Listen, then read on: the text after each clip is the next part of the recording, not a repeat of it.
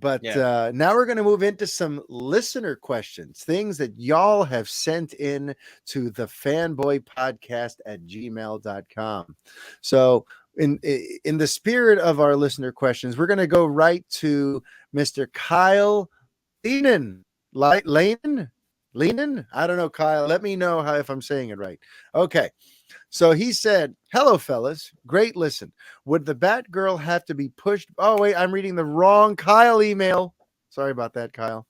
All right. This is the right Kyle email. Yes. I answered that one like 2 months ago. So I'm like, am I having my own psychotic break right now? Okay.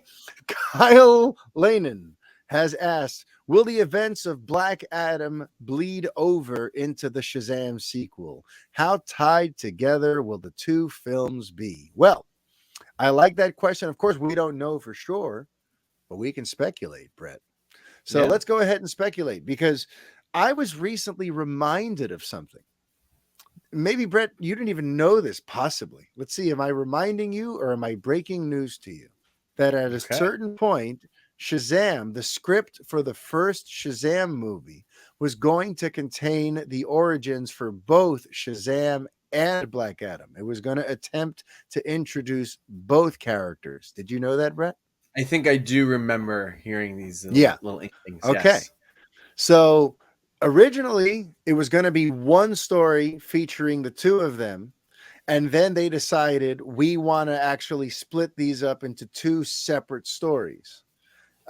So with that in mind, right, we've gotten our Shazam origin, and now we're about to get our Black Adam origin. And I feel like the logical conclusion is that these two are going to cross paths, if not the next time around, like in Shazam 3, or maybe Black Adam 2. I'm thinking probably Black Adam 2, depending, just because of the way the releases of these films are lining up. But you do kind of have to have the sense that there are creative plans that have been discussed that involve the two characters interacting. This whole thing began as a story with these two characters, and Black Adam is most known as an antagonist to Shazam. Right.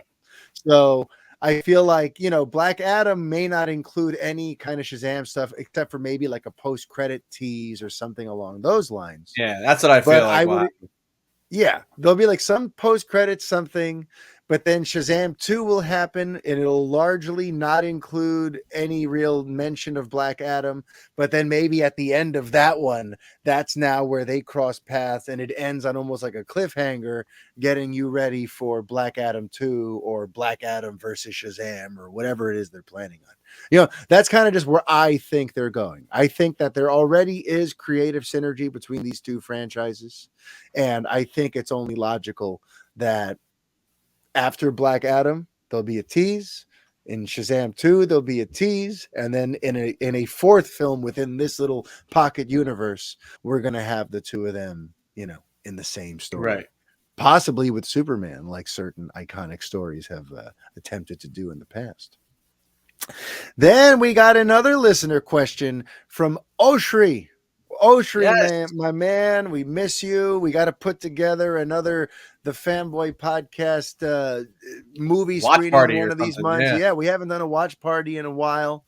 But Oshri wrote to us about Kenobi, and it sounds like he's not really loving his trip so far through the series. He wrote us an email after episode 4, just kind of generally venting about the show, that there's things that he likes, but there's things to him are like chalk or like nails on a chalkboard. Yeah. Namely the performance of young Leia.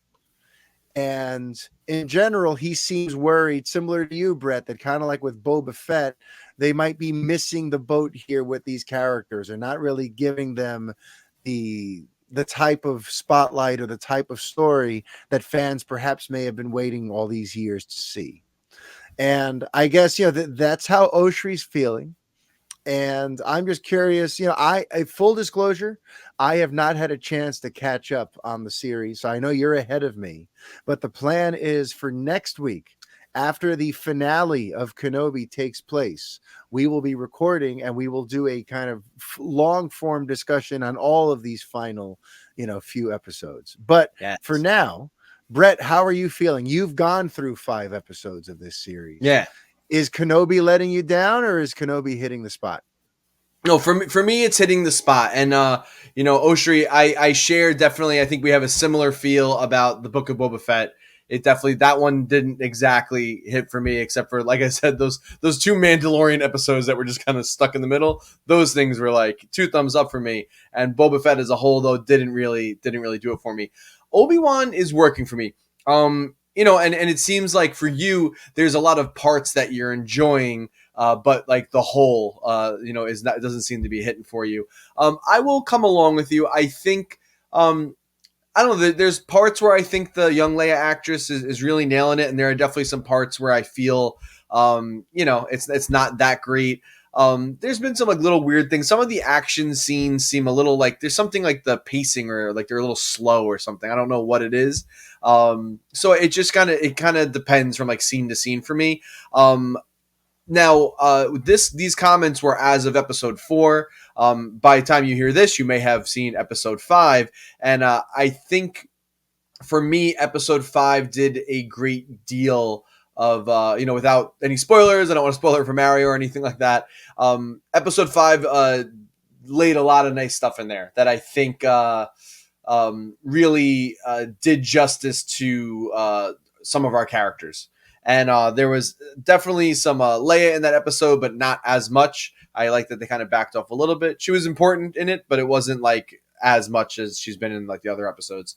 So I'm actually curious for you to comment again, shoot us another email, and let us know. I guess maybe next week after you've watched like the whole finish the series, or at least like let you see what you think after having seen episode 5, because definitely I feel like there was some justice served there for some characters. Right on. See, for me, through the 3 episodes I have watched, I'm not being let down by the show at all. I'm being fed quite well as a Star Wars fan. That's how I'm feeling. But I'll let you know how I feel after seeing 4, 5, and 6.